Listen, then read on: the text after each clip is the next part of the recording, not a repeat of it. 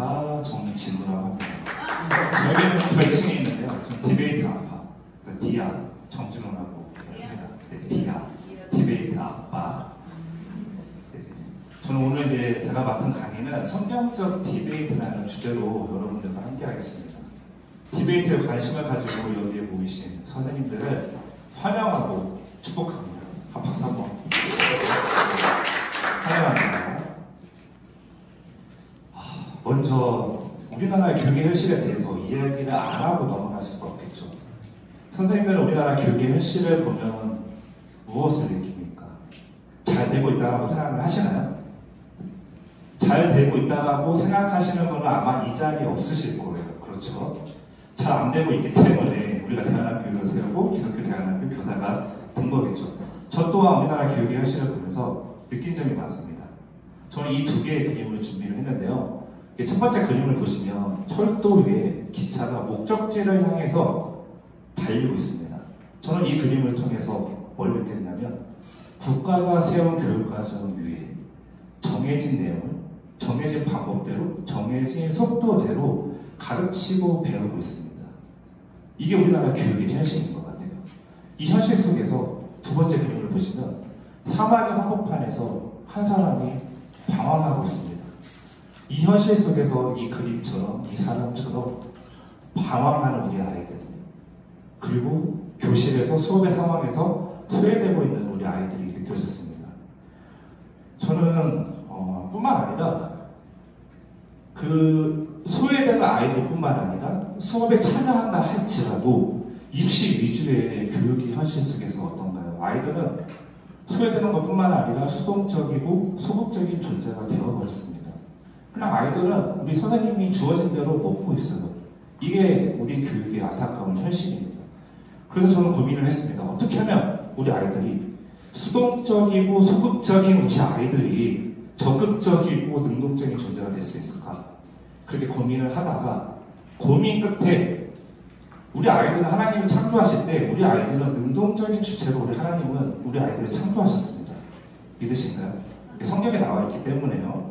이렇게 능동적인 주체로서의 우리 아이들이 우리 사회에서 하나님의 형상을 다 드러낼 수 있도록 장을 만들어주는 그런 수업을 하면 되겠구나 라는 그런 마음이 들었습니다.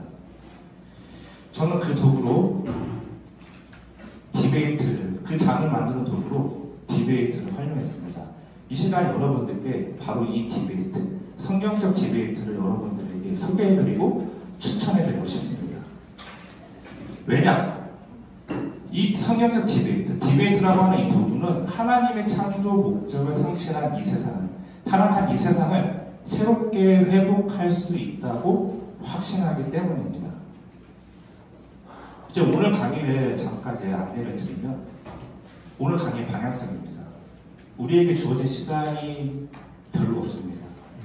제가 이제 강의를 끝나고 두 분의 또 강사님이 나오실 거예요. 근데 이 80분 안에 이 모든 강의들을 이제 해야 하기 때문에 주어진 시간이 없기 때문에 핵심의 핵심만 여러분들에게 안내해 드리도록 하겠습니다. 대신에 세부적인 내용은, 궁금하신 내용들은 여름방학 때 교사 대상으로 디베이트 컨퍼런스를 개최할 예정이거든요. 혹시 이제 한 번쯤은 들어보셨을 거예요. 디베이트 한마당. 네. 디베이트 한마당이 이제 개최될 예정인데 학교별로 공지가 나갈 예정이니까 그때 꼭 참여 부탁드리고요. 이 시간에는 그냥 성경적 디베이트가 이런 거구나, 디베이트가 이런 거구나, 내 교과 수업에서 적용해 볼까? 정도의 느낌만 가져가도 충분할 것 같습니다. 목차입니다. 오늘 강의는, 제가 맡은 강의는 1번, 2번, 3번인데요. 비블리컬 디베이트, 성경적 디베이트 수업이 무엇인지, 그 다음에 두 번째로 성경적 디베이트 수업을 우리 수업의 현장 속에서 어떻게 할지, 그리고 간단하게 우리 선생님들과 함께 삼색 토론, 그러니까 신호등 토론을 통해서 한번 실습을 맛보는 시간을 가져보도록 하겠습니다. 그리고 이제 제 다음으로 우리 허은정 선생님 나오셔가지고 디베이트 포맷과 스킬에 대해서 말씀을 해주실 거고요. 마지막으로 우리 김남희 선생님, 작년에 제5회 디베이트 축제를 주관했던 이제 담당하셨던 선생님이시거든요. 남희 선생님 나오셔가지고 디베이트 축제에 대해서 안내해 주실 예정입니다. 저희 프로필은 아까 잘 안내해 주셨기 때문에 넘어가 외교적으로도 다양한 활동을 하고 있고요. 제 생활인데요. 뜬금없이 이제 제 생활을 말씀을 드리자면 저의 삶의 이야기를 듣다 보시면 성경적 디베이트의 핵심 원리에 대해서 우리 선생님들께서 발견하실 수 있을 겁니다. 아, 성경적 디베이트가 가지고 있는 가치와 철학, 핵심 원리가 제 삶의 이야기 속에 다 드러나 있습니다. 한번 풀어가 보겠습니다. 저는 이 디베이트 수업에 대한 고민으로 많이 가득 차 있습니다. 왜냐하면 일주일에 10차씩 정도를 저는 디베이트 수업을 하고 있어요. 중학교 이제 3학년 아이들 대상으로, 그리고 고등학교 1학년 아이들 대상으로 디베이트 수업을 하고 있고요. 저의 큰 고민은 어쨌든 선생님들도 마찬가지겠지만 잘 따라오는 아이들이 있는가 반면에 잘 따라오지 못하는 아이들이 있어요. 그렇다면 그 아이들은 어떻게 하면 잘 따라올 수 있을까? 늘 고민입니다. 우리 선생님들과 함께 한번 고민했으면 좋겠고요. 두 번째로 제 딸 이소리와 지금 컨퍼런스에 같이 왔는데 6살 이소리와 디베이트를 하고 있는 중입니다. 그게 가능할까요? 네, 합니다. 제가 작년에 부끄럽지만 유치원 강의를 몇 번 돌았어요. 디베이트로. 근데 유치원 아이들 디베이트가 가능하더라고요. 어떻게 가능할까요? 생각이 있으니까요. 오, 감사합니다. 제가 이제 제 딸 이소리와 디베이트를 하면서 이 네 가지 요건을 찾았습니다. 이 네 가지를 갖출 때 어린 아이라도 할지라도, 나이가 어리다고 할지라도 디베이트가 가능했습니다. 첫 번째로 아이가 관심 있는 쉬운 주제로 디베이트를 해야 합니다. 그리고 두 번째로 너무 길면 아이가 지루해요. 5분 이내가 좋습니다. 5분 이내. 5분 이내의 짧은 시간. 그리고 고학년이 될수록 좀 길게 해두셨습니다. 그래서 고학년이 되더라도 한 15분 정도가 적당할 것 같고요. 그리고 간식과 함께 충분한 보상이 있어야 돼요. 제 딸 아이는 아빠랑 하브로타 디베이트 밀키트를 하면, 디베이트를 하면은 아빠가 오후에는 키즈 카페에 데려가 줄게, 약간 이렇게 당근을 줍니다. 당근을. 약간 먹힐 때가 많아요. 그리고 이제 아이의 기분이 참 맞추기가 힘들어요. 어릴수록 맞추기가 힘들거든요. 아이가 기분 나쁠 때 아빠랑 대화해볼까? 라고 하면 바로 반응이 어떻게 나오냐면 싫어! 네, 경험 있으시죠? 그렇기 때문에 어린 아이와 대화를 한다는 것 자체가 어렵지만 아이에게 당근을 주고 짧은 시간 동안 잔소리 말고 정말 아이와 진짜 대화를 하면 가능합니다. 최근에 제 딸 이소리와 디베이트를 했던 사례가 뭐냐면은 간단하게는 오늘 옷을 뭐 입을까? 공주 옷을 입을까? 뭘 입을까? 이런 주제도 좋고요. 최근에는 토끼와 거북이 이야기 아시죠?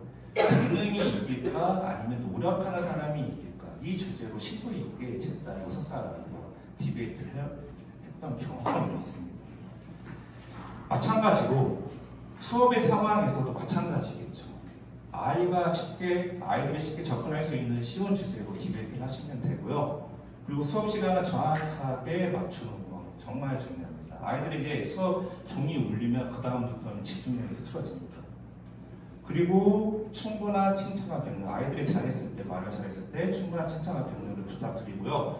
아이들의 감정을 읽어주고 공감해주는 것도 중요하겠죠. 저는 ISTJ고요. 제 아내는 ESFJ입니다. 쉽게 말씀을 드리면 저의 기질은 사전에 미리 계획적으로 하는 걸 좋아합니다. 하지만 제 아내는 즉흥적으로 마음이 가는 대로 하는 걸 좋아합니다. 이런 기질적인 차이 때문에 저와 제 아내는 신혼 때 많이 부딪혔습니다. 제가 무슨 말을 할 때마다, 제가 무슨 의견을 내놓을 때마다, 제가 어떤 주장을 할 때마다 다 반대를 합니다. 그래서 신혼 때는 많이 힘들었지만 지금은 제 아내의 존재가 너무 감사해요. 왜냐, 저를 제 생각에, 제 의견에, 제 주장에 반대를 하다 보니까 그 반대를 통해서 제가 성장하고 있다는 게 느껴지거든요.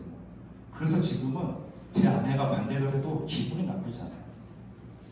이게 어떻게 보면 성경적 디베이트의 중요한 핵심 원리인 것 같아요. 반대를 해도 기분이 나쁘지 않는 반대를 한다. 즉, 기분 좋은 반대를 하는 것. 이게 성경적 디베이트에서 중요한 핵심 원리라고 말씀을 드리고 싶고요. 그렇다면 어떻게 하면 기분이 나쁘지 않게 반대를 할 수 있을까? 제가 이번 시간에 중요하게 생각하는 포인트 중에 하나인데요. 세 가지 가능성이 전제됩니다. 첫 번째가 내가 틀릴 수도 있구나 라고 하는 오류의 가능성, 그리고 나의 의견을 바꿀 수 있는 철회의 가능성. 세 번째가 상대방의 주장과 생각과 의견을 받아들일 수 있는 수용의 가능성. 이 세 가지의 가능성이 전제될 때 디베이트가 되고 소통이 되고 대화가 됩니다. 한번 이 시간에 한번 상상 한번 해보시겠어요? 대화가 잘 안 되는 학부모님 한번 생각해보세요. 그리고 열불이 나죠.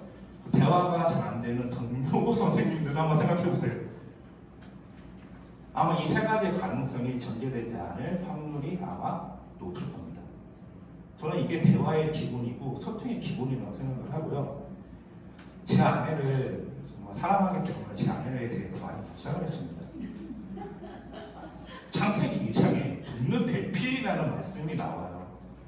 혹시 여기에 아직 결혼 안 하신 분들도 있으시겠는데 한번 오늘 강의를 통해서 한번 힌트를 얻으셨으면 좋겠습니다. 돕는 배필이라는 뜻을 이제 묵상을 해봤는데 히브리어로 돕는 자라는 뜻을 가지고 있습니다.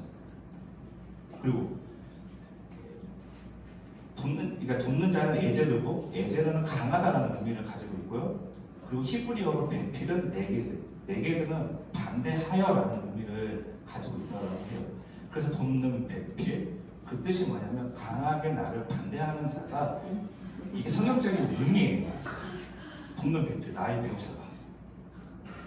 그렇다면 하나님은 왜 가장 사랑하는 사람을 돕는 배필을 강하게 반대하는 자로 왜 사랑하는 사람을 같이 살게 하셨을까?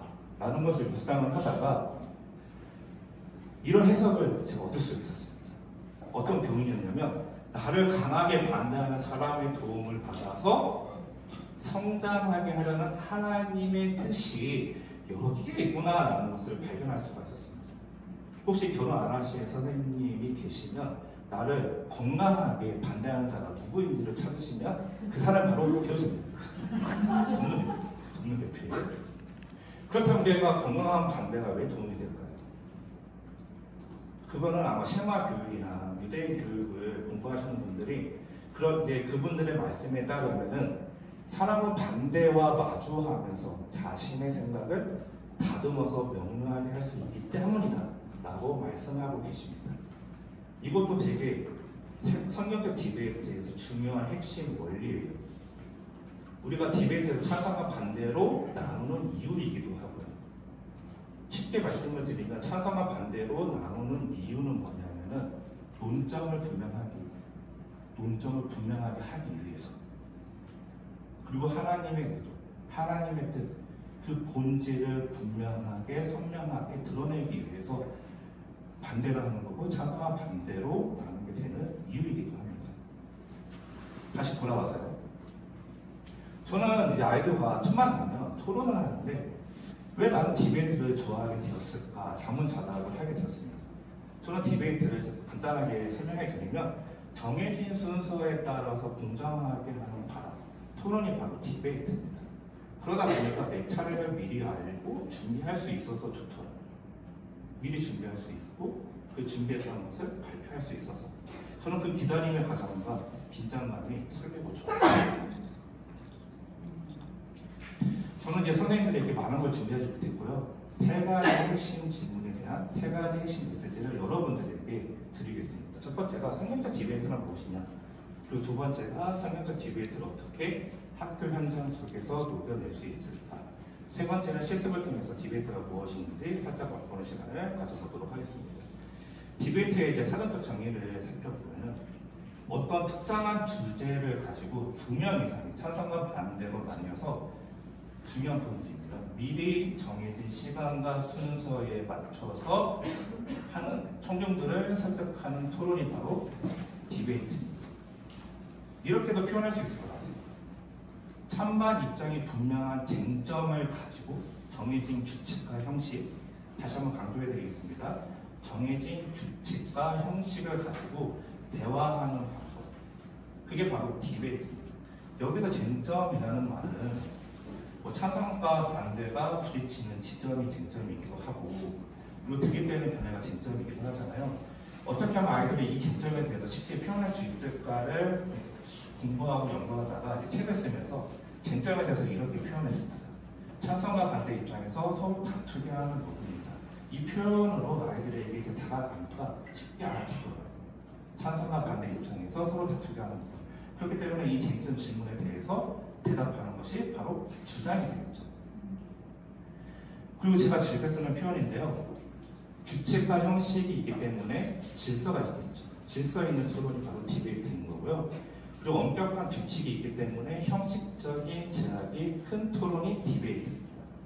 그 말이 무슨 말이냐면 시간과 순서가 미리 정해져 있다는 말입니다.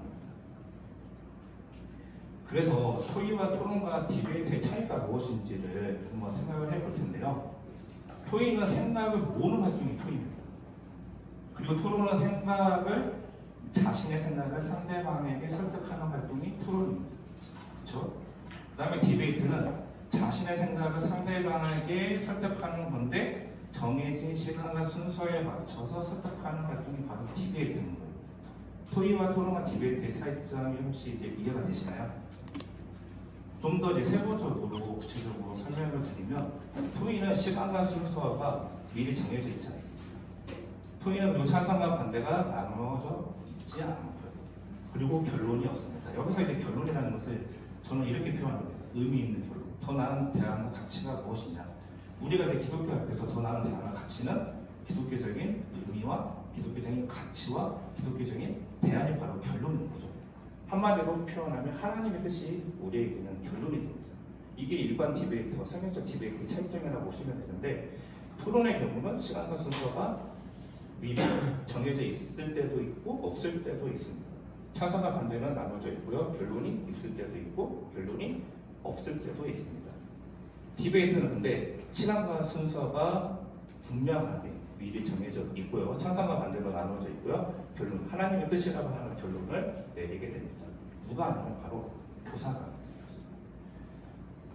하브루타와 디베이트의 차이점도 설명을 드리겠습니다. 하브루타는 특징은 바로 질문입니다. 질문을 통해서 끊임없이 의견을 교환해서 다양한 대답이 나오게끔 하는 게 하브루타이고요. 디베이트는 뭐냐면 약속된 규칙과 형식을 가지고 논리 게임의 형태로 지식을 겨루는 지식의 스포츠가 바로 디베이트라고 보시면 됩니다. 그래서 하브루타는 협력적인 자세가 필요하지만 디베이트는 경쟁적인 자세가 필요합니다. 근데 우리는 기독교 대안학교에서 경쟁이라고 했을 때 좀 약간 좀 왜곡돼서 우리가 보잖아요. 여기 디베이트에서 이제 경쟁이라는 것은 왜곡된 경쟁이 아닙니다. 상대방을 어떻게든 누르려고 이기려고 하는 경쟁이 아니라 서로 성장하게 하는 경쟁, 도움을 주는 경쟁이라고 보시면 됩니다. 디베이트에 대한 오해가 있더라고요. 대표적으로 세 가지가 있는데요. 서로 싸우는 거 아닌가요? 네.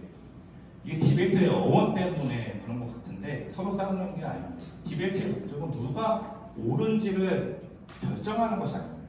네가 옳아? 내가 옳아. 이렇게 정답을 찾는 것이 아니라 무엇이 옳은지, 하나님의 뜻이 무엇인지 해답을 찾아가는 과정이 바로 디베이트의 목적이라고 보시면 되고요.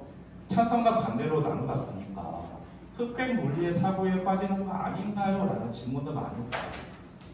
사실 아닙니다.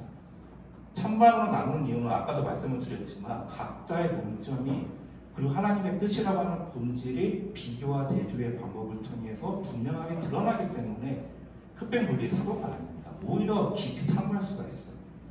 그리고 이제 디베이트 경기를 하다 보면 서로의 기량을 정확하게 비교되기 때문에 좋습니다. 우리가 축구 경기를 할 때, 어떤 스포츠를 경기를 할 때도 우리가 두 팀이 하잖아요. 세 팀이 하는 경우 보셨나요? 두 팀이 했을 때 서로의 기량 차이를 쉽게 비교할 수 있기 때문에 두 팀이 하는 거잖아요. 그래서 어쨌든 디베이트는 흑백 논리의 사고가 아니다. 세 번째가 승패가 있어서 너무 경쟁이 과열되는데요? 라고 하는 오해도 많이 있어요. 자, 일부는 동의합니다. 하지만 전부는 동의할 수 없습니다. 저는 이제 그 이유를 이 공으로 비유해 보고 싶습니다. 이 공으로. 자, 공놀이를 할 때 발과 머리를 쓴다고 하면 그리고 그거를 골대에 넣으면 축구가 됩니다. 그리고 손을 가지고 상대방에게 전달을 하면 배구가 됩니다. 그리고 라켓을 가지고 치고받고 하면 테니스가 되기도 하고 탁구가 되기도 합니다. 정하느냐에 따라서 달라지죠. 그렇다면 그냥 공을 가지고 놀다가 더 재밌게 하기 위해서는 어떻게 해야 하면 좋을까요? 승패를 내면 되겠죠. 우리가 탁구를 칠 때, 볼링을 칠 때 그냥 굴리기만 하는 게 아니라 우리가 내기 볼링을 하기도 하고 승패를 내기도 하잖아요. 그러면 좀 더 그 경기를 즐겁게 즐길 수 있듯이 디베이트도 경기로 진행을 하게 되면 좀 더 우리 아이들이 즐겁게 재미있게 행복하게 디베이트를 즐길 수 있게 됩니다. 하지만 승패를 굳이 내지 않아도 돼요. 왜냐? 그냥 그 공을 가지고 함께하는 시간이 즐거운 거겠죠. 저도 제 딸 이소리와 이제 디베이트를 하지만 결론을 내지 않고요. 승패를 내지 않습니다. 항상 승패를 내면 제가 져요. 제가 이겨먹으려고 하면 안 되고요. 그래서 승패를 낼 수도 있지만 승패를 내지 않아도 된다. 그냥 그 공, 그냥 말을 가지고 언어를 가지고 함께하는 시간이 그 대화하는 자체가 즐거운 거다라고 보시면 되고요. 공식적으로 하는 경기 때는 다르죠. 우리가 디베이트 축제를 하고 디베이트 대회를 할 때에는 사전에 치밀한 준비가 필요합니다. 왜냐하면 올림픽 경기에 나가는 선수가 훈련 없이 나오는 선수가 있어요. 사전에 준비 없이 나오는 분들을 보셨나요? 치밀하게 4년 동안 열심히 훈련하고 갈고 닦아서 나옵니다. 마찬가지로 디베이트 축제에 나올 정도의 우리 아이들이라면 훈련되고 연습하고 반복해서 사전에 치밀하게 준비해서 나오게 됩니다. 그렇기 때문에 디베이트를 하고 나서 디베이트 대회가 한 다음에 디베이트 축제 이후에 아이들의 소감을 들어보면은 나는 디베이트를 통해서 성장했어, 즐거웠어, 지더라도 좋았어 라는 소감을 들을 수가 있습니다. 즉 성경적 디베이트는 서로를 성장하게 해주는 거다라는 말씀을 선생님들에게 드리고 싶고요. 디베이트에 이제 성경적이라는 말이 붙으면 무슨 의미일까요? 디베이트를 성경적으로 하는 것도 뜻할 수 있겠고요. 디베이트 수업에 성경적 가치를 담는 것도 성경적 디베이트겠죠. 그리고 성경의 내용을 가지고 디베이트를 하는 것도 성경적 디베이트입니다. 저는 이 모든 의미를 담아서 이렇게 결론을 내렸습니다. 뭐냐면 예수님처럼 생각하고 예수님처럼 말하고 예수님의 마음을 담아서 예수님처럼 실천하는 것. 이게 바로 저는 성경적 디베이트라고 봅니다. 여기서의 핵심은 뭘까요? 바로 예수님입니다. 예수님처럼 생각하고 예수님처럼 말하고 예수님처럼 살아가고 예수님의 눈으로 세상을 바라보는 그게 바로 뭘까요? 그게 바로 어제 신권 교수님이 강의하셨죠. 기독교 세계관입니다. 즉 성경의 진리에 따라 예수님의 눈으로 세상을 바라보는 것, 세상을 바라보는 것. 그게 바로 기독교 세계관인 거잖아요. 무엇을 봐도 어떠한 상황이 어떠할지라도 예수님을 기억하고 예수님처럼 생각하고 예수님처럼 살아가려고 반응하는 것. 그게 예배이고 그게 기독교 세계관인 거잖아요. 그래서 저는 성경적 디베이트 수업은 기독교 세계관에 기초한 디베이트 수업이다라고 말씀을 드리고 싶습니다. 간단하게 쉽게 정리를 하면 디베이트 상황이라는 것은 하지 않았던 것을 하자고 하세요. 하던 것을 하지 말자고 하는 그런 공동의 문제 인식이 있을 때 디베이트가 가능한 거잖아요. 그래서 어떠한 갈등과 상황과 문제가 있을 때 없을 수는 없겠죠. 예수님처럼 생각하고 예수님처럼 말해서 우리에게 향하신 하나님의 뜻이 무엇인지 찾아보는 수업. 그게 바로 성경적 디베이트 수업이라고 할 수가 있겠고요. 저는 이 성경적 디베이트 수업이 기독교 세계관에 기초한 모든 수업을 대변한다고 생각하지는 않습니다. 하지만 하나님 창조한 이 세상, 이웃, 환경, 여러 가지 다양하게 관계를 맺는 방법 중 저는 가장 좋은 방법이 바로 디베이트라고 선생님들에게 확신을 가지고 자신 있게 말씀을 드리고 싶어요. 왜냐하면 예수님께서 이 땅에 오셔서 소통했던 방법이 바로 디베이트이기 때문에 그렇습니다. 이사야 20장 18절의 말씀을 보면 대놓고 말씀하세요. 와라! 변론하자. 이렇게 해석할 수 있겠죠. 와라! 우리 디베이트 하자. 라고 대놓고 요청하고 있고요. 신명기 6장 7절의 말씀, 쉐마의 말씀이죠. 강문할 것입니다. 여기서 강문이라는 것은 히브리어로 디알레고마이, 뜻은 서로 논쟁하다, 토론하다라는 뜻을 가지고 있다고 합니다.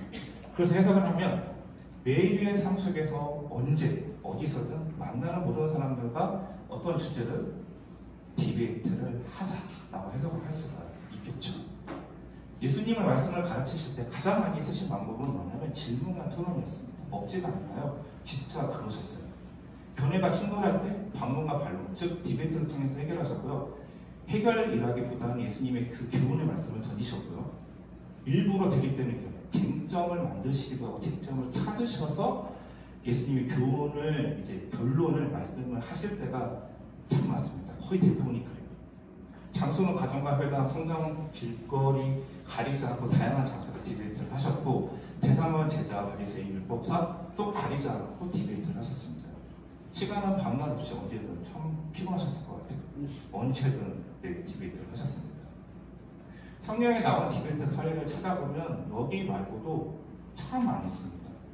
특히 우리 성경주의 높이는 디베이트의 교과서라고 할 정도로 디베이트 요소들이 참 많이 있습니다. 한번 읽어보셨으면 좋겠고 신약으로 가서는 예수님과 여러 논쟁들의 사례들이 있어요. 이처럼 예수님은 디베이트의 본을 보여주셨다라고 말씀을 드리고 싶고요. 그 중에 하나의 사례를 가져왔습니다.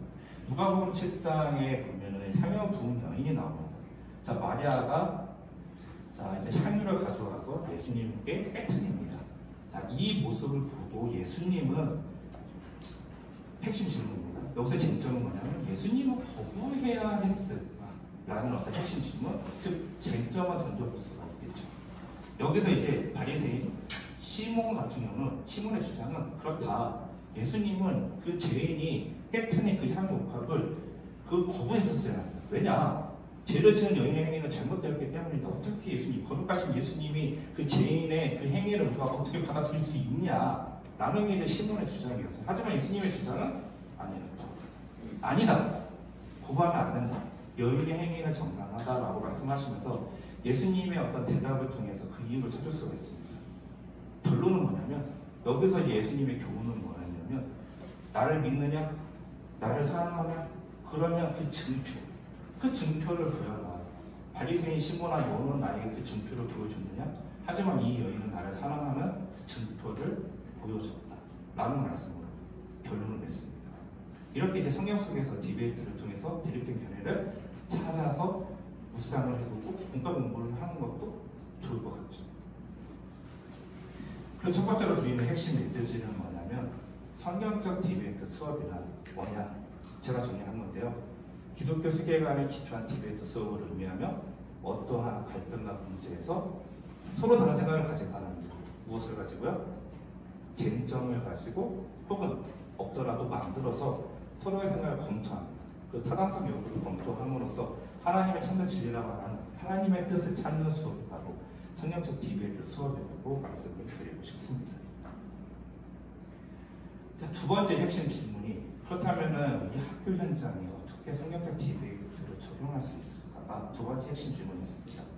두 번째 핵심 질문에 대한 핵심 메시지를 찾아갈 텐데요. 그 전에 성경적 디베이트 수업의 효과를 보시면 난 이게 가장 좋은 효과라고 생각을 합니다. 아이들이 기독교 세계관에 기초한 성경적 디베이트 수업을 통해서 아이들의 기존의 안목이 새로운 안목으로 바뀝니다. 그리고 기존의 관점이 새로운 관점으로 전환이 됩니다. 그래서 새로운 의미 세계를 갖게 됩니다. 그럼으로써 아이들은 배움의 즐거움을 얻고요. 교사들은 수업의 행복함을 느낄 수가 있어요. 저는 이게 참 좋더라고요. 그리고 아이들이 자기주도 학습 역량이 조금씩 디베이트 하다 보면 생기게 됩니다. 그러면은 가르치지 않고 가르칠 수 있는 수업이 됩니다. 저는 이게 가장 좋은 장점이라고 생각하고요. 디베이트 형식에는 여러 가지 형식이 있는데 우리 디베이트 형식에 대해서는 우리 윤정쌤이 나오셔가지고 설명해 주실 거니까 패스를 하겠습니다. 여러 가지 형식이 있지만 저희는 퍼블릭 포럼 디베이트 포맷을 가져왔습니다. 포맷이라고 하는 것은 발언의 시간과 순서가 어떻게 되느냐 이걸 의미하는 거거든요. 그래서 그 중에 퍼블릭 포럼 디베이트를 왜 가져왔냐면 사실 성경에 근거한 토론은 1대1 토론이나 자유 토론이 많습니다. 하지만 우리는 아이들을 대상으로 단체 수업을 할 경우가 많이 있습니다. 단체 수업에 맞는 적합한 포맷, 디베이트 포맷이 바로 퍼블릭 포럼 디베이트이기 때문입니다. 그 이유는 다른 디베이트 포맷 같은 경우는 이제 뭐 정책 주제나 가치 주제로 해야 합니다. 하지만 퍼블릭 포럼 디베이트는 아이들이 접하기 쉬운 주제, 다양한 주제를 가지고 디베이트를 하기 때문에 아이들의 직접 호기심을 자극합니다. 두 번째로 공말 순서를 이제 보시면은 2번 반박, 요약, 마지막 초점, 중간중간에 붙여지기, 질의하고 응답하는 시간들이 있는데요. 더욱 다이내믹하고 역동적으로 디베이트를 즐길 수가 있습니다. 구성도 명료하고. 그리고 다시 한번 보면은 완전 대칭형이죠. 원래 토론의 원칙 중에 하나가 찬성이 먼저 말한다가 토론의 원칙 중에 하나인데, 퍼블릭 토론 디베이트 같은 경우는 동전 던지기를 통해서 먼저 발언팀이 먼저 발언을 합니다. 찬성이 먼저 말하잖아요. 이렇게 이제 퍼블릭 토론 디베이트는 두 입장 모두를 준비하면서 균형적인 시각을 가질 수 있다는 거. 그게 퍼블릭 토론 디베이트의 큰 장점이라고 할 수가 있습니다. 자, 우리 기대원에서는 이 포맷을 사용하고 있고요. 기독교 중에 수업 모형에도 여러 가지가 있습니다. 사실 이 PPT도 여러분에게 다 드릴 거예요. 드리겠습니다. 네. 저는 아낌없이 드려요. 네. 기독교적인 수업 모형은 여러 가지가 있는데, 이 중에 알타비스타 대학에서 쓰는 그 교육 과정의 기본 배경에 대한 그림의 수업 모형을 가져왔는데요. 왜 그림의 수업 모형이냐? 그 이유는 뭐냐면, 우리가 익숙하게 쓰고 있는 도입, 전개, 정리라는 3단계가 그림을 제시하고 있는 사정, 도입, 제시, 실행, 반응이라는 그 단계와 매우 유사한 구조를 가지고 있습니다. 그래서 우리가 실제 학교에서 가르치는 우리 교사들이 사용한 게 좀 쉽고 익숙한 구조로 되어 있어요. 그래서 그림의 수업 모형을 가져왔고요. 그림의 수업 모형은 이런데, 이거를 디베이트 수업에 적용을 하면 이렇습니다. 어떻게 보면 또 이번 시간에 또 중요한 포인트 중에 하나겠죠. 여러분들이 이제 학교 현장에 교실에서 적용해봐야 교육 과정이기 때문에요. 1단계 이제 도입의 단계에서는 한 1차 시간을 주제를 선정합니다. 주제를 선정할 때는 처음에는 쉬운 주제로 하면 좋습니다. 일상과 관계와 관련된 쉬운 주제를 했다가 성경 속에서도 한번 찾아보시기도 하고, 교과와 관련해서 찾아보시기도 하고, 사회적 이슈를 가지고 찾아주셔도 좋습니다. 어쨌든 주제를 그렇게 선정한 다음에 어려운 낱말의 뜻이 있습니다. 그 낱말의 뜻을 한번 찾아보고요. 주제 배경에 대해서 이야기해보면서 질문을 한번 던져보고, 한번 다양하게 질문 한번 던져보고, 그리고 그 질문들을 나눠보면서 핵심 질문을 정합니다. 핵심 질문. 핵심 질문이라는 건 뭐냐면, 하나님의 뜻, 하나님의 의도, 중요한 의도가 담긴 가장 중요한 질문이 핵심 질문입니다. 바로 이 핵심 질문이 결국 쟁점이 되고, 이 쟁점을 가지고 디베이트를 하게 되는 거예요. 그 다음에 2차식, 그 다음에 2단계 제시 단계에서 1차식 동안 사전 활동을 하게 되는데요. 사전 활동 시간에 뭘 하냐면, 찬성과 반대의 입장에서, 찬성의 입장에서 가치와 대안이 무엇인지, 반대 입장에서 가치와 대안이 무엇인지를 한번 찾아보고, 그리고 찬성 측에서, 반대 측에서 유리한 쟁점들이 있어요. 그래서 찬반 입장에서 유리한 쟁점이 무엇인지를 찾아보는 거죠. 그 다음에 3단계 실행의 단계에서는 2차식 동안 혹시 이제 디베이트가 처음인 친구들은 이 리서치 시간, 자료를 찾아서 정리하는 이 리서치 시간을 좀 더 많이 주면 좋아요. 이 리서치 활동을 한 2차식에서 하고, 저희 학교 같은 경우는 이제 디베이트 경기 3라운드로 진행합니다. 저희 이제 학교에 한 반에 15명씩 있어요. 그래서 3팀으로 나눠서 한 팀당 2번씩 경기를 할 수 있도록 합니다.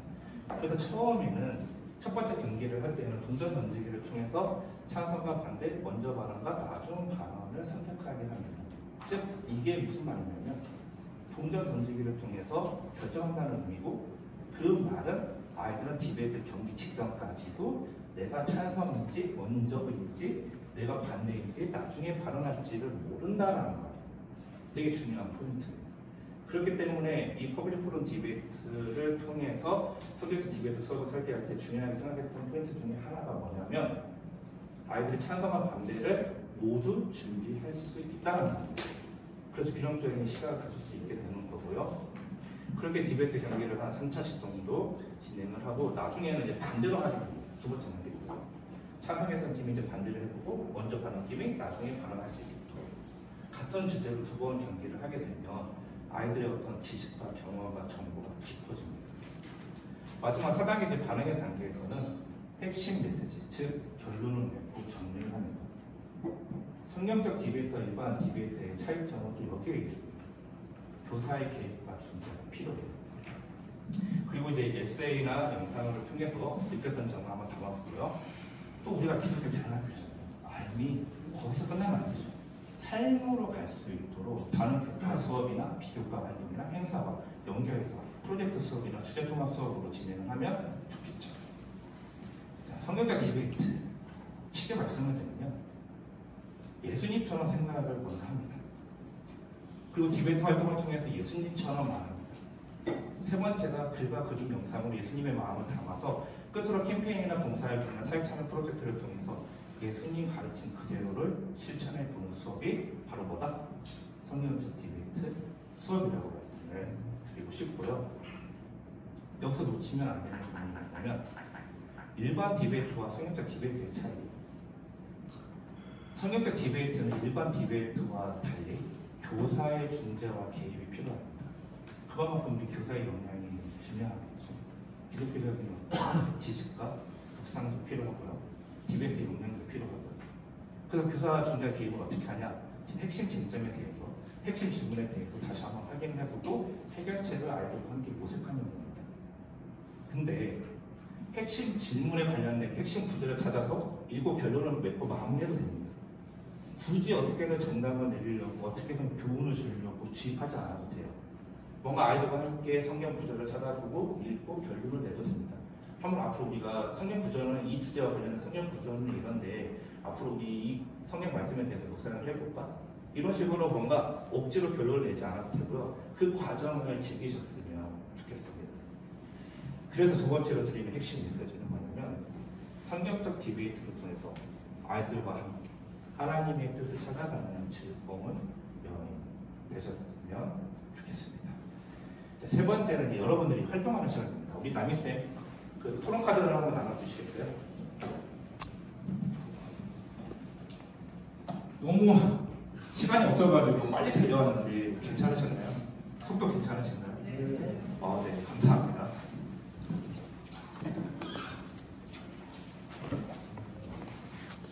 네, 일단 토론 카드를 받아주세요.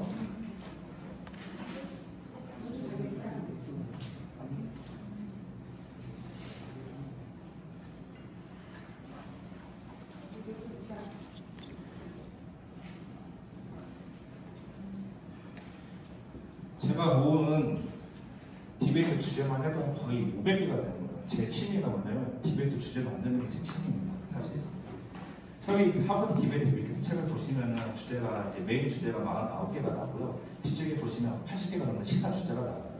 그 외에도 더 많은 주제들이 있습니다. 이것도 여러분들에게 아낌없이 드리겠습니다. 그리고 PPT도 드릴 거고요. 여러분들이 사용할 워크북도 드리겠습니다. 아까 성경적 디베이트 과정이 있었잖아요. 그걸 아이들과 활용할 수 있도록 워크북도 드리겠습니다. 그렇기 때문에 여러분들이 이제 이번 시간에 나가셔서 책도 구입을 하셔야 하고요. 강매는 아닙니다, 강매. 진짜 저는 저 12,000원인데 저한테 100원도 안 남아요, 솔직히. 네. 그래서 정말로 선생님들이 학교 현장에 가셔서 아이들과 한번 해보셨으면 좋겠고, 저희가 제공하는 워크북이나 그런 걸 통해서 한번 아이들과 디베이트라는 게 뭔지 한번 즐겨보셨으면 좋겠습니다. 그 나중에 제 연락처를 남겨드릴 텐데 거기다가 선생님의 이메일을 꼭 남겨주셔야 돼요. 자료를 받아보시면요. 아시겠죠? 제가 선생님 수백 가지 주제 중에서 몇 가지를 한번 뽑아봤어요. 아이들과 한번 해보니까 재밌는 주제를 몇 가지를 뽑아봤는데 일단 방법을 말씀을 드리겠습니다. 성경적이지 않아도 되죠, 주제가요. 일단 선생님하고 맛보는 시간이기 때문에 그런 의미 이제 생각 안 하고 한번 디베이트가 뭔지를 이 시간에 맛보도록 하겠습니다. 디베이트는 정해진 시간 안에 정해진 순서에 따라 하는 토론입니다. 그렇기 때문에 시간은 정하겠습니다. 자, 토론 카드를 이제 준비를 다 받으셨죠? 초록색이 찬성 카드입니다. 한번 들어보시겠어요? 초록색. 네, 찬성 카드고요. 빨간색 반대 카드입니다. 반대. 자, 노란색은 모르겠다고 써있는데 그게 아니라 모르겠다고 하면 더 없어 보이잖아요. 생각이 필요합니다. 좀 더 생각이 필요해요. 기다려주세요. 라고 하는 겁니다. 주제가 나오면 이제 선생님께서 개별적으로 토론 카드를 들어서 자신의 입장을 표현하시면 됩니다. 그리고 같은 입장에 나오면 한 팀이 되는 겁니다. 그리고 논학 카드를 들으시는 선생님께서는 그때는 한번 토론하는 걸 보고 바꾸셔도 됩니다. 뭐 찬성 반대도 마찬가지고요. 그리고 발언의 순서는 디베이트의 상호 존중의 정신에 따라서 소수의 입장이 먼저 주장하기를 하겠습니다. 주장하기를. 이후 반론과 재반론은 사회자의 어떤 발언권을 얻고, 여기서 이제 규칙, 디베이트는 엄격한 규칙 있는 토론이라고 했잖아요. 죄송하지만 이 사회자가 이제 규칙입니다. 제가 발언권을 줬을 때 그때 발언을 하면 됩니다. 그게 규칙입니다. 그리고 이제 반론에 대해서는 기다렸다가 다시 반론을 하시면 됩니다. 주제가 어렵지 않아요. 그리고 이제 질문에 대해서, 반문에 대해서는 바로 답변을 해야 하고요. 여기서 이 토론의 원칙 중에 또 하나가 입증의 책임과 답변의 반증의 의무가 있습니다. 자, 그 의무를 다해 주셨으면 좋겠고, 제가 이제 1분 정도 남았습니다. 한 6번 그냥 빼도록 하겠습니다. 그냥 주장하기, 반론하기, 이방과 반박만 충분히 즐기셔도 디베이트가 뭔지를 맛보실 수가 있으니까요. 자, 승패 기준이 있습니다. 재미를 위해서 한번 승패를 한번 내보도록 할게요. 인정합니다, 동의합니다라는 말을 할 경우에는 좀 약간 뉘앙스가 그런데 패배하는 걸로. 자, 반론과 질문을 갖고도 10초간 제가 타이머를 가지고 있거든요. 10초간 침묵하면 패배하는 걸로 하겠습니다. 그리고 저에게 경고라는 표현도 좀 그러네요. 아이들에게 쓰는 표현인데 저에게 경고라고 하겠습니다. 그러면 경고 2번을 받으면 패배하게 되는데, 규칙에서 벗어나는 경우, 저에게 발언권을 얻지 않고 말하는 경우, 끼어드는 경우는 바로 이제 경고가 나가고요. 쟁점에서 벗어나 이상한 말을 할 경우, 우리 아이들 이런 경우 많아요. 그리고 존칭을 사용하지 않는 경우, 아이들이 반말로 하는 경우도 많으니까. 그리고 주장과 근거가 관계없는 말을 할 경우에도 경고를 받습니다. 그 내로남불을 우리 아이들이 정말 많이 범해요. 너도 그렇잖아, 나도 그렇잖아. 이러면 우리가 굳이 그런 디베이트 할 필요가 없어요.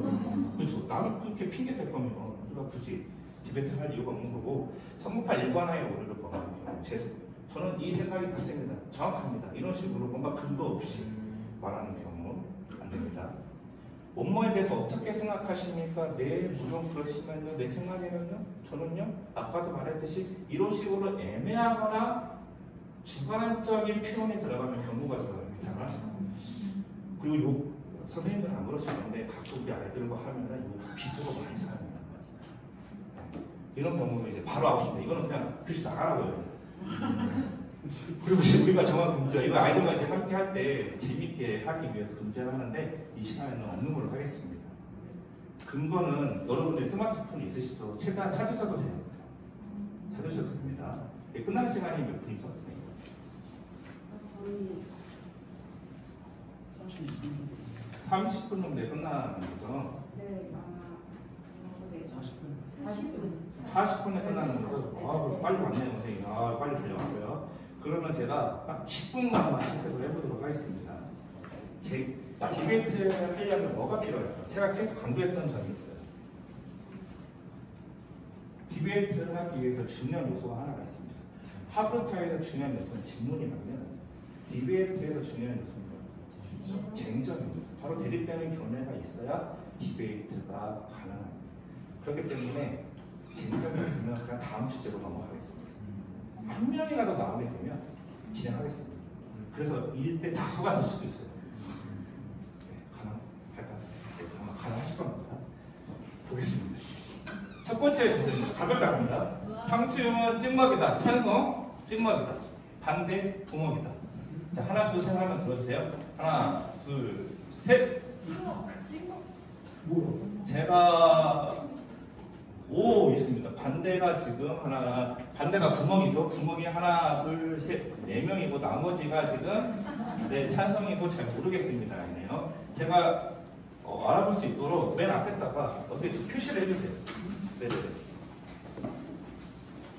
자, 이건 너무 가벼운 주제이기 때문에 3분만 드리겠습니다. 일단 주장하기는 듣고 3분만 진행을 하도록 할게요. 우리 부목파 전문생, 네, 주장하기를 먼저 해주십시오. 바로 주장하는. 네, 바로. 네. 죄송합니다. 아이들과 할 때는 좀 생각할 시간을 주고 리서치 하는 시간을 주면 됩니다. 네, 제가 바로 하겠습니다. 선생님 분들은 바로 가능합니다. 네. 네. 일단 탕수육 같은 경우는 중국식 음식으로 탕수육에서 유래되었습니다. 설탕을 소스로 해서 부어 먹는, 원래 부터 이 전통적인 탕수육은 부어 먹는 음식으로 자리 잡았는데 이제 한국으로 오면서 좀 더 바삭함을 요구하는 이런 한국 사람들의 식성으로 찍먹이라는 것이 탄생이 되었고요. 그리고 탕수육은 이미 튀긴 거기 때문에 굉장히 딱딱할 수 있습니다. 시간이 지나면 공기와 마찰되는 순간. 그래서 부먹을 통해서 좀 더 부드럽게 고기 육질과 그 소스의 슈가한 맛을 즐길 수 있는 것이죠. 네, 이제 우리 부먹의 주장에 대해서 자유롭게 이제 시간 안에 자유롭게 방문하시고 반론하시고 재반론하시면 됩니다. 자, 반론이라는 것은 네 질문하시면 됩니다. 네, 마이크.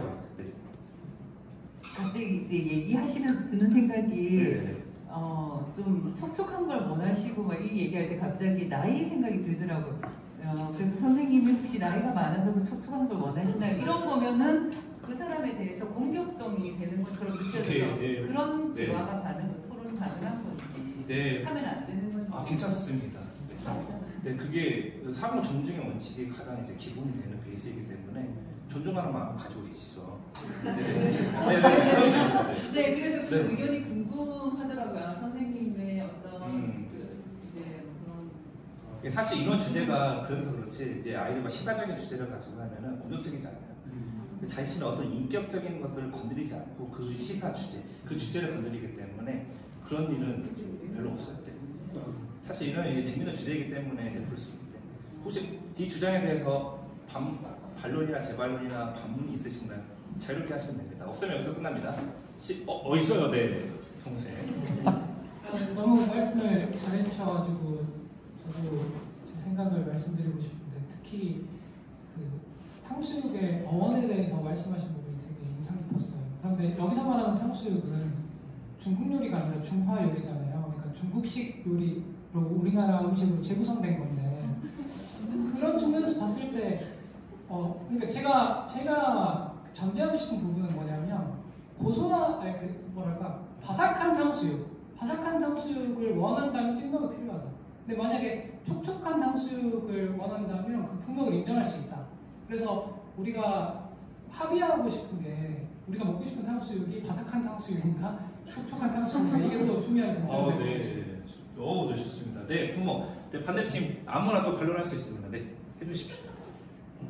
마이크를 받기 좋아서 들었고요. 네, 선생님의 그 의견 너무 감사하고요. 그런데 한 가지 질문이 있는데 중화 요리의 한자로 어떤 한자로 선생님은 저는 잘 모르는데 제가 중국집 지나면서 생각한 건 별 화자인 줄 알았어요. 네, 근데 제가 알기로는 중화민국 할때 화려한 한자 그 중화라는 자체가 이 중국을 의미하는 거라고 생각을 하고 게다가 제가 이제 하나 더 주장하는 걸 얘기하자면 정말 바삭한 고기 튀김 요리 먹고 싶으면 여기 치킨도 있고 여러 가지가 있는데 탕수육은 이 소스를 부었을 때 그게 제대로 된 있는데 만약에 외국 사람들이 김치를 먹을 때 나는 김치와 소를 따로 놓고 이렇게 쳐먹는 거 좋아한다면 한국 사람들께서 그건 김치가 아니다 이렇게 얘기하지 않을까 라는 생각이 듭니다. 여기까지 하겠습니다. 선생님들이 양해를 좀 부탁드리겠습니다. 우리 그 다음 시간이 점심시간이거든요. 우리가 이거를 좀 더 즐기기 위해서는 조금 딜레이 돼도 될까요? 네, 감사합니다. 네, 저는 관점을 좀 달리해서 봤는데요. 이게 탕수육을 어떻게 먹느냐가 아니라 누구와 몇 명이서 먹느냐가 중요한 것 같아요.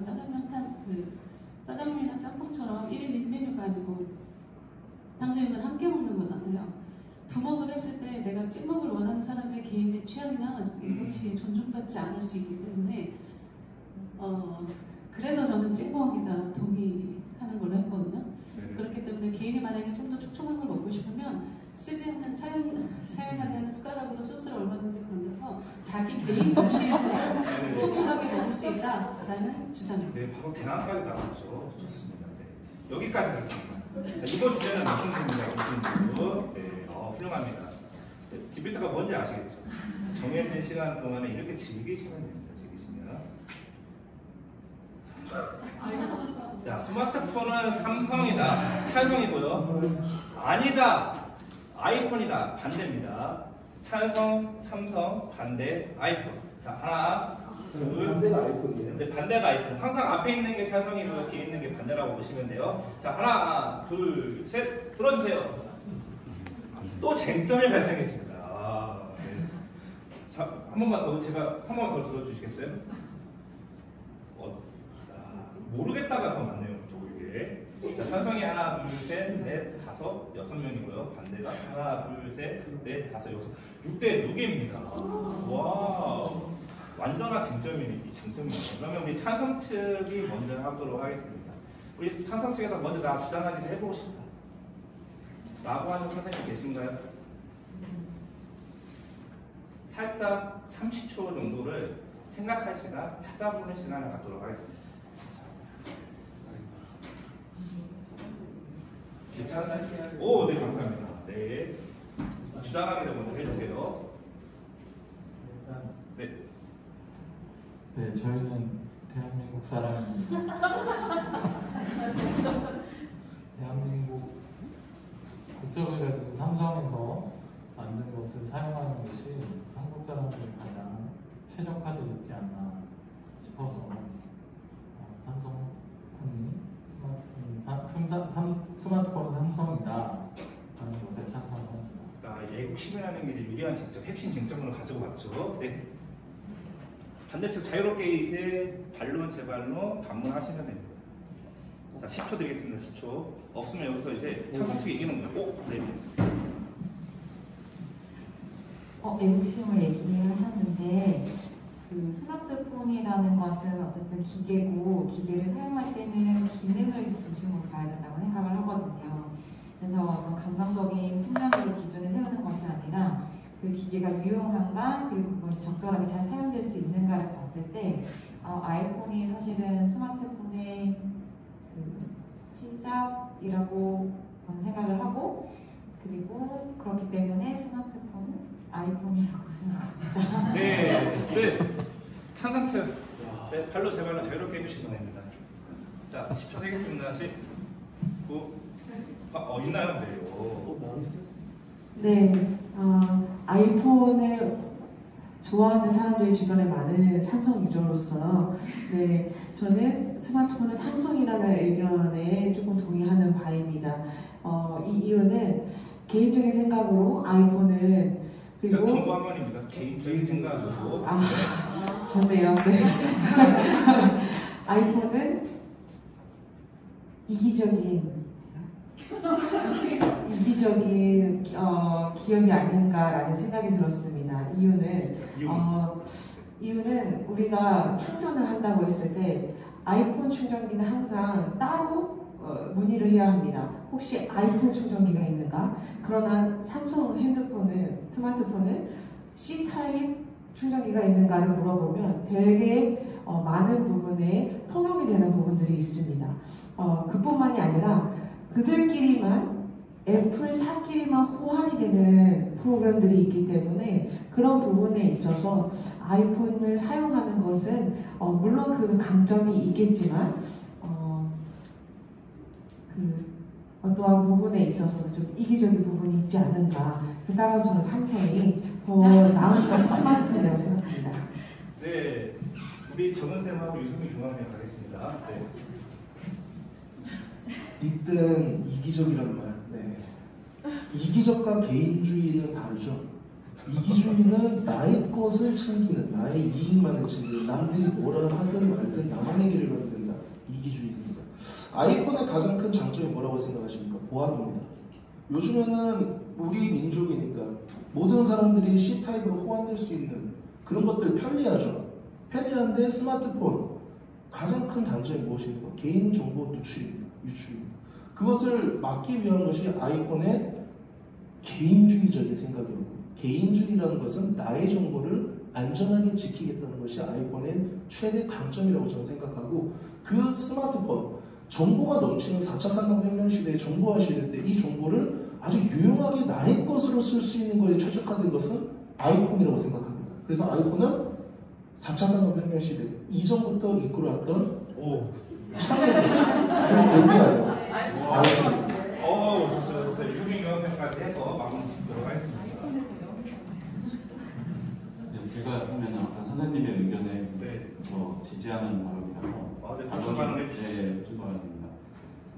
사실 아이폰이 포함해서 외부 포함해가지고 지금까지 취했던 정책은 자기만의 어떤 그 연결 방법, 그리고 충전 방법을 고수했고 심지어는 그런 충전재까지 나중에 이제 환경을 빌미로 해서 빼는 정책을 가져왔고, 저도 이제 그런 부분에서는 별도로 구매를 해야 되고 불만은 있긴 하나, 최근에 그 애플사의 그 정책은 T타입을 가지고 이 동용을 이제 한다든가 USB를 도입한다든가, 다시 최근에 있는 그 맥북이나 이런 데 보면은 HDMI 그 연결하는 이 젠더를 별도로 구입하지 않고 바로 할 수 있다든가 이렇게 해서 좀 이제 법령으로 같이 연결하려고 좀 노력을 하고 있는데요.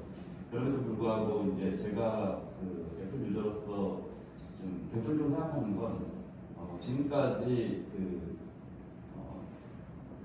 안드로이드 기반에서 사용했던 어떤 그 보안적 부분, 그리고 아까 선생님이 얘기했지만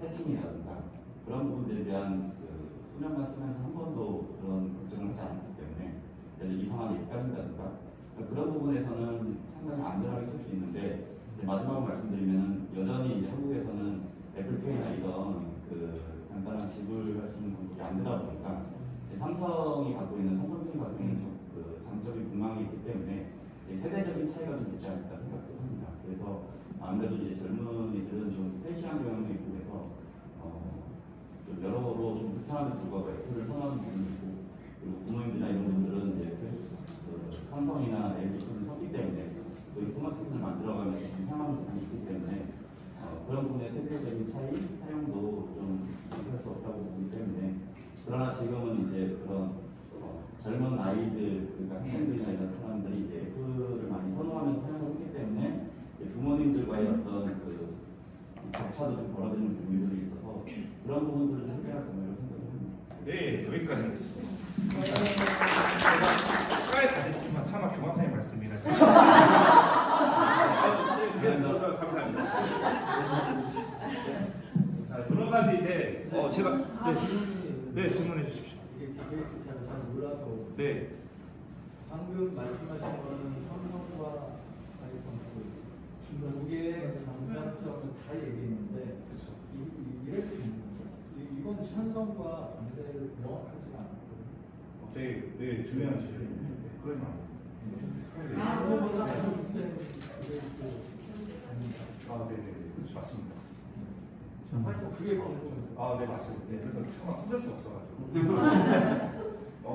맞습니다. 하나 질문이 있고요. 저희 같은 경우 몇 분들이 노란색 카드를 들어서 이제 계속 의견이 나오는 중에 생각이 이제 질문을 하거나 반문을 하거나 이런 부분에 참여가 불가능합니다. 참여할 수 있습니다. 참여 가능합니다. 네, 알겠습니다. 그래서 지금 이 시간에는 시원한 데서 간단하게 다시 맛보기식으로 하고 있거든요. 여러 가지 주제들이 있죠. 일단 여러 가지 주제들이 있습니다. 약간 시사적인 주제는 아이들이 어울릴 수 있을 것 같아가지고 배경도 얘기하고 찬성 반대도 지금 아이들한테 살짝 알려줍니다. 최근에 이제 이슈가 된 게 조용한 사진에서도 이슈가 되고 있죠. 이제 제 강의는 이제 여기서 조금씩 이제 한 말씀만 드리고 마무리를 짓도록 하겠습니다.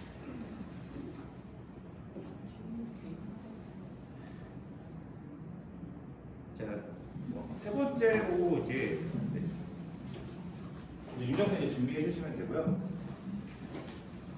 세 번째로 드리는 핵심 메시지는 정말 이 시간에는 아까 실습했던 거는 말 그대로 맛보기였습니다.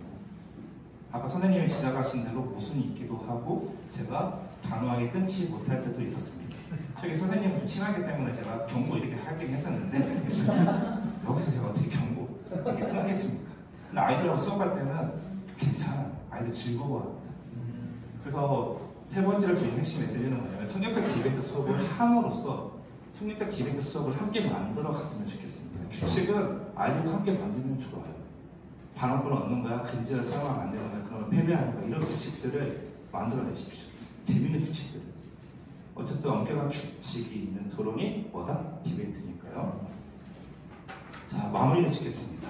학교를 모범적인 토론의 장으로 만들었으면 좋겠고요. 연합을 통해서 교사의 역량을 만들어 나갔으면 좋겠습니다. 우리는 지금 디베이트 분과 임원으로 선생님 다양한 학교에서 다양한 선생님들이 참여하고 있어요. 우리 독수리 교육도 마찬가지고요. 그렇기 때문에 우리가 올해 11월에 디베이트 축제가 있고 여름방학에는 디베이트 컨퍼런스 학생 대상으로 디베이트 캠프가 있습니다. 많이 참여 부탁드리고 많은 참여 부탁드리고요. 그리고 어쨌든 저도 잘 안 되는 거지만 아이들과 동등한 입장에서 이게 좀 어려워요. 아이들이 좀 미성숙하고 실수도 많고 틀리기도 하죠. 그렇기 때문에 어떻게 이 아이와 내 아이와 동등한 입장에서 대화를 한다는 게 어려워요. 하지만 노력했으면 좋겠습니다. 동등한 입장에서 자신의 생각을 마음껏 표현할 수 있도록 공동체 안에서 학교 안에서 대화의 장을 열어갔으면 좋겠고요. 무엇보다도 성경적 디베이트는 반응하는 겁니다. 하나님을 기억하고 하나님 만든 환경과 문화와 세상에 반응하는 것이 예배이잖아요. 그래서 성경적 디베이트를 통해서 이 세상을 보면서 하나님을 기억하고 반응하는 첨단 예배자로 세워갔으면 좋겠습니다. 아까 말씀드렸지만 한번 이건 사진 찍어 주시겠어요?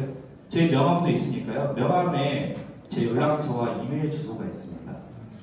그래서 명함 한 장씩 가져가셔서 선생님은 꼭 소감과 함께 꼭 소감 남겨주셔야 돼요. 질문도 좋습니다. 질문, 소감과 함께 저 계속 몇 번 광고 드리는 거 아시죠? 네. 또 책과 함께 남겨주시면 선생님들의 소속과 소감, 질문, 선생님 메일 주소 꼭 남겨주셔야 돼요. 남겨주시면 관련된 자료들을 다 드리겠습니다. 학생들과 함께 아까 디베이트 주제도 다 드릴게요. 네, 제 책이고요. 이벤트도 있으니까 강매는 아닙니다. 네, 많은 좀 구입 부탁드리고요. 한 사람당 몇 번씩 구입하셔도 됩니다. 저자 가격대. 책이 진짜 좋습니다. 12,000원 비싼데요. 네. 너무 재밌게 보고 있습니다. 네. 그러면 저는 여기서 제 강의 여기서 마치도록 하겠습니다. 감사합니다.